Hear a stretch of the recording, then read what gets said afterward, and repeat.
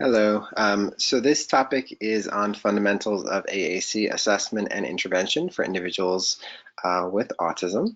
This is geared toward board certified behavior analysts, also useful for speech and language pathologists, special education teachers. If you are duly certified as an SLP and BCBA, you may find that some of this information is a bit more beginning, but I do hope that you'll find some things useful in here regardless.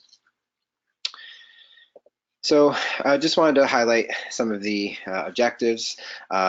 Increasing your competence and understanding in terms of AAC assessment and what the components are, having an understanding of what some of the research is on speech generating devices, being able to describe basic steps in implementing an AAC-based intervention, as well as some goals to move beyond requesting. Definitely going to spend some time talking about instructional strategies such as language modeling and direct prompting, and then toward the end discussing protocol for supporting vocal speech, as well as the rationale behind some of those techniques. And one of the reasons why I like to highlight this information is because it is relevant from a task list perspective. So in terms of what's in the 4th edition, there's specifically a task item related to using augmentative communication systems. To my knowledge, it is not in the 5th edition, but it is in the 4th edition. J10, which is essentially looking at FCT, of which augmentative communication often has a role.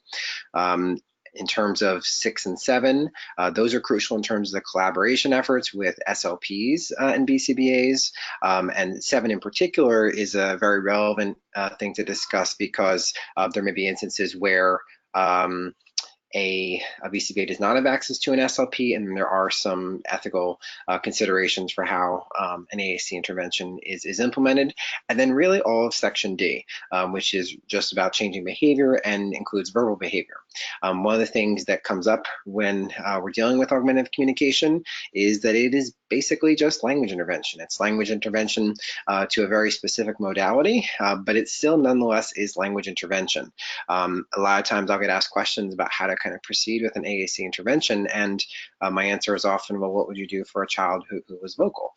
You would go in line with the perspective of verbal behavior, and so that is often the same answer that I give for a student who, whether they use some form of AAC or whether they use vocal verbal speech, either way, it's just good language intervention.